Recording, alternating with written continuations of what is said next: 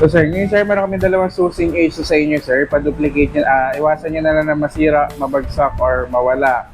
Kasi pag nawala to sir, mahirap magpa-duplicate ng ganitong susi kasi sir. Keyless na kasi tayo eh. Kasi katulad ng mga disusi na susi sir, madali lang magpa-duplicate. Sa mga ganito sir, mahirap. So sir, nagdo-duplicate naman kami dito nito, kaso by order lang siya. Kailangan pag-order tayo nito, advance. Kasi minsan, inaabot ng months bago dumating yung mga ganito sir. Tapos sir, pag magpapaduplicate tayo nito, kailangan tong, may code kasi to sa loob eh, may mga numbers. Tabi mo to sir or picturean, kasi pag nagpa-duplicate ka sir, ito yung hihingin sa inyo. Pag nawala to sir, ang bibilhin mo sir, yung kasama na sa system nito nasa loob. Kasi pag nagpa-duplicate ka nito, itong remote lang mismo ang bibilhin natin eh. Okay? Dalawang susi issue sa amin sa inyo sir, isang duplicate at isang original yung may emblem ng Honda. Bago natin buksan yung motor sir, check muna natin yung remote kung naka-on. Para malaman sir, pag tinindot natin to, pag naka-green yung ilaw, ibig sabihin naka-on na yung remote natin. Pag long press natin yan sir, magre-red yan, ibig sabihin naka-off. Long press lang ulit natin sir, para mag-on. Yan. So sir, at least 2 meters malapit lang itong remote sa motor natin para ma-access ng motor natin. Ito naman sir, kahit magdamag mo siyang buksan sir, kahit di na siya nakapatay, okay lang. Kasi ang battery na ito sir, yung maliit na bilog, yung nilalagay natin sa mga relo natin. Ang lifespan naman nun sir, naabot ng taon din eh. Mas maganda sir, bumili ka ng extra nun. Sa mga Shopee online, nakakabila na. Kasi meron na bibiling case nito sir, protection, para in case mahulog, hindi basta-basta masira. Okay? So naman sir, dito naman tayo. Nabuksan na natin yung remote, sa motor naman tayo. Dito naman sir, bago natin pihit-pihitin, kailangan push mo na ng isa lagi. Yan, kailangan nakailaw yan. Pag walang ilaw yan sir, matigas yan, di mo mapipihit yan. Push mo na ng isa. Unang pihit natin sir, sa seat and fuel. Ito yung compartment natin sir, 30 liters yung capacity na ito. Kasya yung full face na helmet, damit, documents, kasya dito sir. May kasama na rin siyang basic tool sir para sa spark plug ng motor natin. Tapos yung battery natin sir, dito nakapwesto. Kuwasan natin, yan, sakaling i-check natin yung battery sir, dyan lang siya nakalagay. Tapos yung gas lang natin sir, ito naman siya.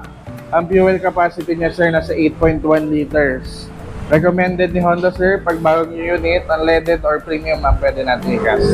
May libre na itong 1 liter sir, pag-assign nyo na lang ulit. Okay, yung 1 liter na yun sir, para mapakita lang namin na gumagana yung motor natin, yung ilaw, bosina, tas makina ng motor.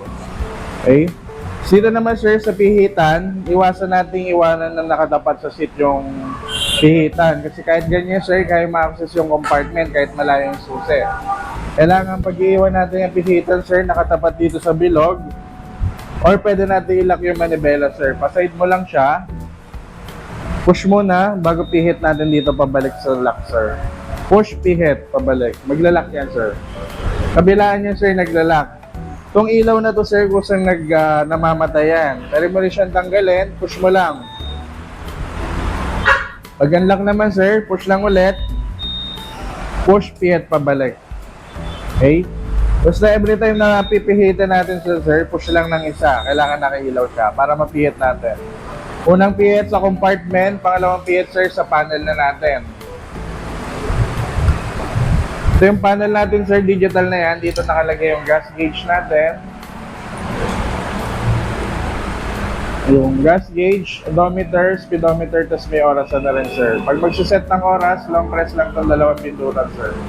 Nang sabay. Tayo lang natin gumalaw yung oras. Ito yung pang-adjust sa gitna sir. Pili ka lang kung 12 hours o 24 hours. Yung bawang 12 hours yung pinili natin sir, ito yung pang-set. Ito yung pang-adjust. 11, 52.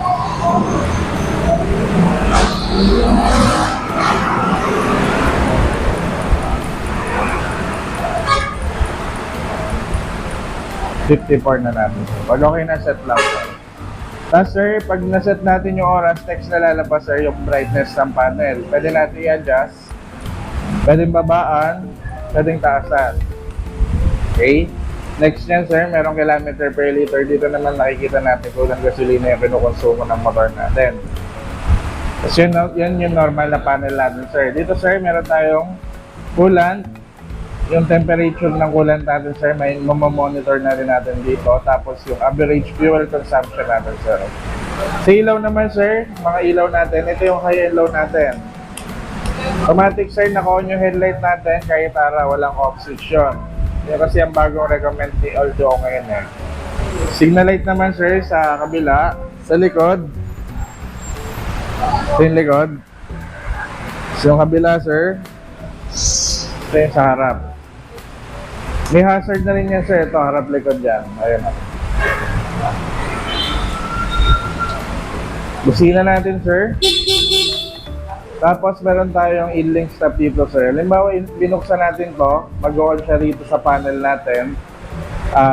Halimbawa, naka-on yung makina natin. Tapos in-on natin to. Every 5 seconds na hihinto yung motor natin sir, mamamatay yung makina.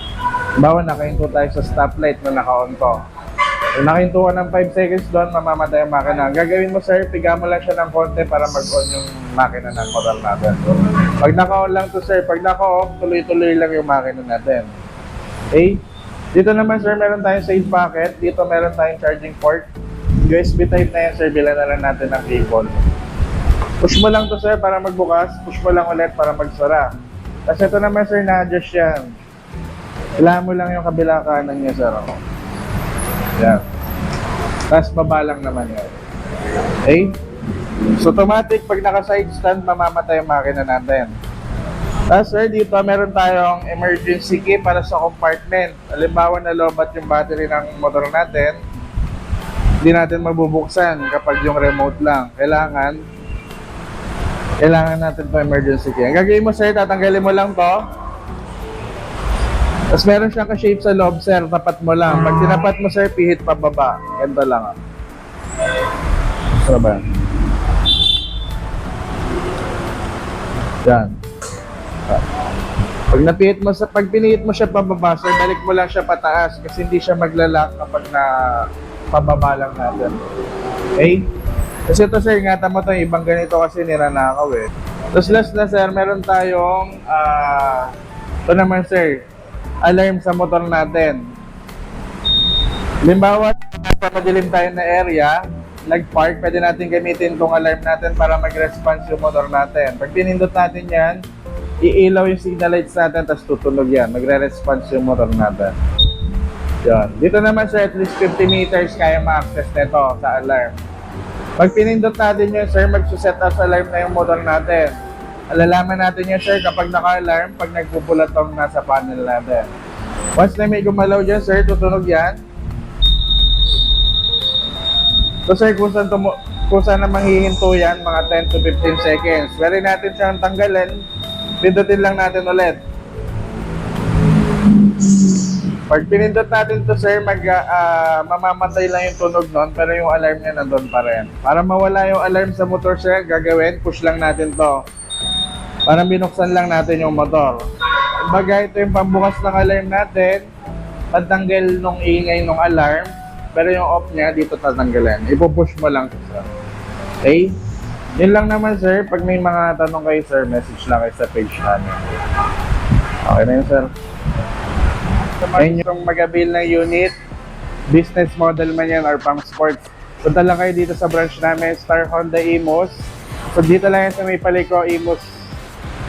Visit nyo na lang din yung page namin, Star Honda Imos. Message kayo doon, meron kami mga online application. Pwede rin po kayo mag-enquire doon. Yun lang po, salamat.